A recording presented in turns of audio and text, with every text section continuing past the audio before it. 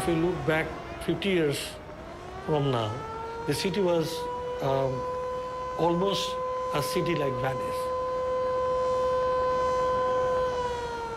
Unfortunately, after the Liberation War, the government's policy became very, very central towards Dhaka, and internal migration started very, very high rate. Nowadays, it's almost crossing 7 to 8% every year. And Dhaka started growing. So having that huge pressure, if you could just control and conserve our potential resources, this could be a wonderful city.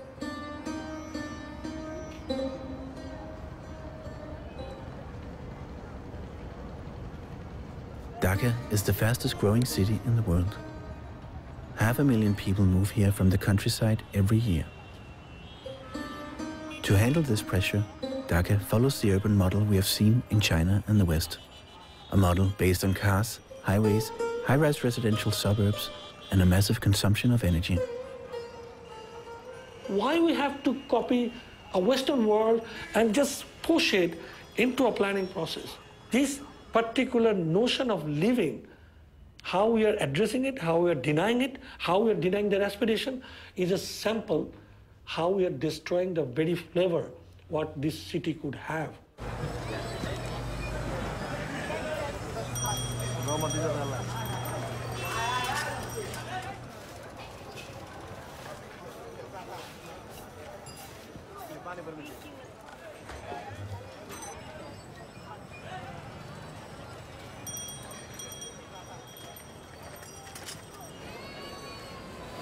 A group of activists in Dhaka have translated Jan Gehi's books. They have introduced his methods of counting pedestrians, rickshaws, and public life to inspire a different approach to planning. I think it was the year 2005 when the common people saw that the government is taking the initiative that they are banning rickshaws from some road. So what is the reason? They are pointing out the rickshaw is one of the main source of traffic congestion in Dhaka in Mirpur Road. Okay, then they ban the rickshaw. And now what we found? No, this traffic congestion is still there, and they just overlooked the main issue. The main problem was there, the parking problem. The cars without any parking chair, they had the facility. These private car companies, they are just making the cars, and now this is the zone to sell it. So it is one of the policy they are giving loan. Maybe the ADB, maybe the World Bank, they are giving loan for making the roads, for making the flyovers. So they are making it, it is their business area, they are selling it, they are giving us aid. It is not aid, we have to pay back them, and we are burdened with that loan. So we shouldn't follow that model.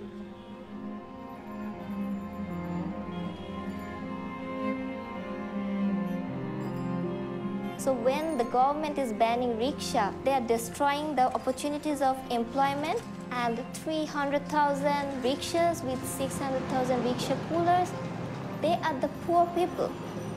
So by this, what they can do, if they earn something for today, they will eat. If they don't, they don't.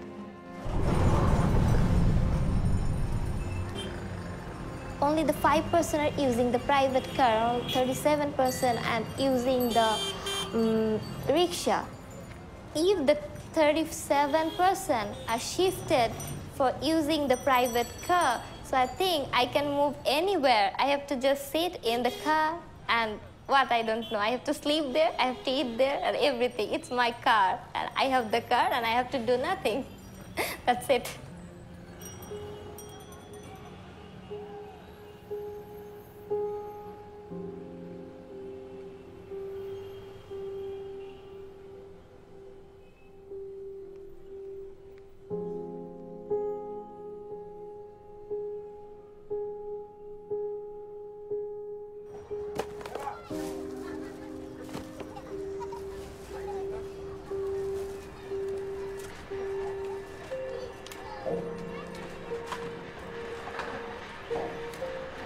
policies and the planning, when it comes from the top, it never understands the very aspiration of the people. So when we're doing it, you have encompassed only the rich people or upper middle income people. Rest of the people who actually dominated in terms of number has been left out. And the whole problem started growing. Because unfortunately, that if you don't encompass everybody into your planning and understanding of transportation, housing, you actually walking towards a chaos created by yourself because you have disregarded them, but they are always there. You can say they don't exist, but they do exist, and the problem started from there.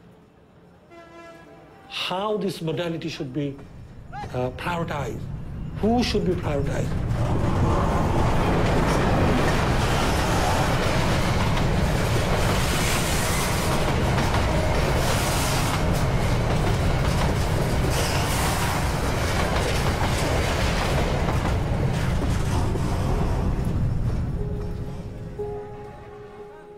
The new 10-year plan for improving Dhaka prioritizes highways and road infrastructure.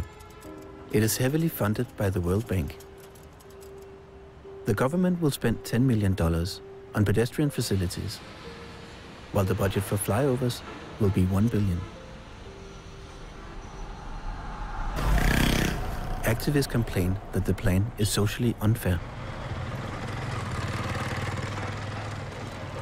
আজকে যে সংস্থাগুলি কাজ করছে সেই সংস্থাগুলোর মধ্যে কোনো সমন্বয় নেই এবং সেই জায়গাগুলোতে দেখা যাচ্ছে সেই রাস্তা নির্মাণের জন্য প্রত্যেকের ট্যাক্সের টাকায় এই রাস্তা নির্মিত হচ্ছে এছাড়া যেই অবকাঠামোগুলো নির্মাণ করা হচ্ছে তার জন্য যে লোন নেওয়া হচ্ছে সেগুলো সবার কাঁধে চলে যাচ্ছে অথচ প্রত্যেকে সেই জায়গা থেকে সুবিধা পাচ্ছে না অথচ সামান্য কিছু অর্থে যে পথচারীর জন্য ফুটপাত নির্মাণ করা সম্ভব অথচ এই যে একটা ভালো একটা মাধ্যম যাতায়াতের পাশাপাশি দুর্ঘটনা সেই নিরুৎসাহিত করার জন্য অন্যতম একটা কারণ হিসেবে কাজ করছে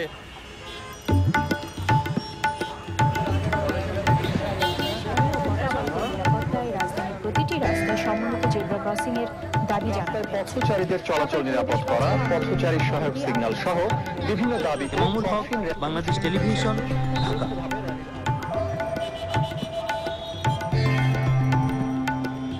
আর সেই কারণেই প্রাইভেট কারের বদলে আমাদের গণপরিবহন প্রয়োজন একটা প্রাইভেট কারে যখন একজন বা দুইজন চলাচল করে সেখানে একজন গণপরিবহনে প্রায় 50 জন লোক যাবে এতটা চেষ্টা করছি আপনাদের এই আন্দোলনকে সমর্থন জানাচ্ছি এবং এই আন্দোলন সারা দেশে ছড়িয়ে দেওয়ার জন্য আপনাদের অনুরোধ জানাচ্ছি আমরা কার মুক্ত ঢাকা সিটি চাই আমরা কার মুক্ত বাংলাদেশ চাই আমরা সাম্রাজ্যবাদীর আগ্রাসন থেকে মুক্ত হতে চাই এই বলে আমি আমার বক্তব্য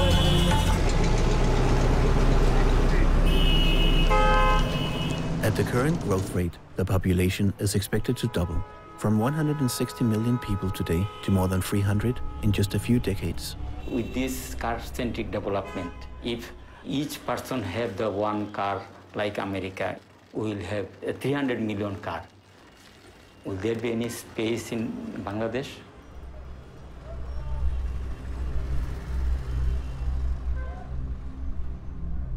So sometimes I become mad. Not mad, but I feel very uneasy. We are sinking. I don't know how I can explain you.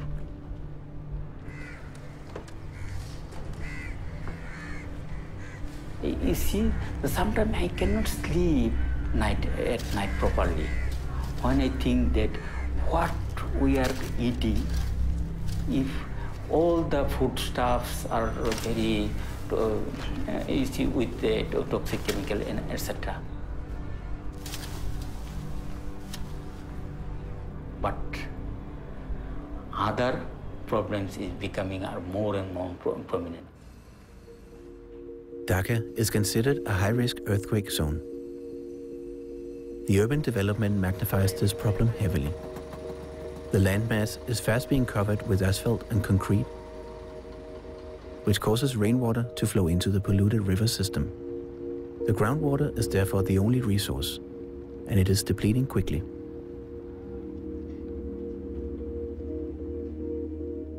Last year, a small earthquake at magnitude 5.4 hit the city.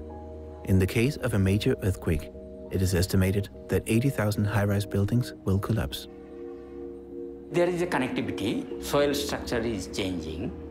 As a result, even a minor earthquake can become create the more problem.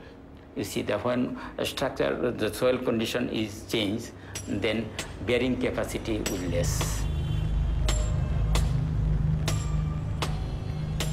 Sometimes I cannot sleep because I see that if earthquake with 6 magnitude, most of the building will not survive.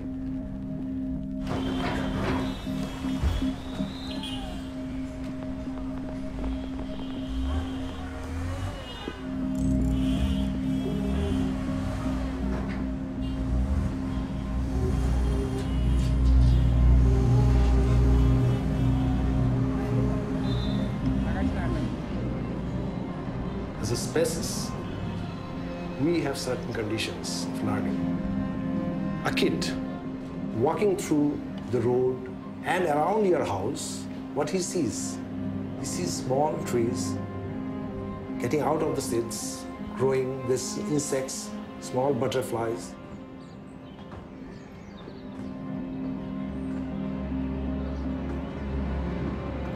If you see life, if you see how it grows, then when you grow up, you will take care of lives of others. It's not school, it's not the book. It is the time frame of your life. You learn.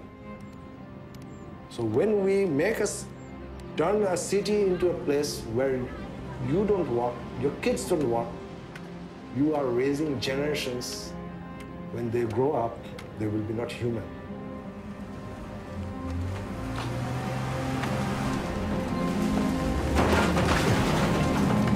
If we see like it's a bridge, I think we can see what is end of this bridge, because our destination is the Western modern world.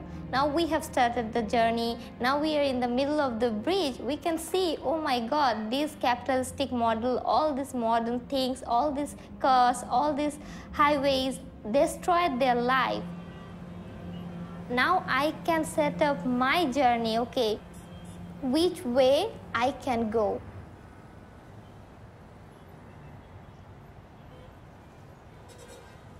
We count, we measure, calculate and maximize. But did we count the 4 billion people living in third world countries? And what will happen when they drive a car, pollute and consume the amount of energy that we do?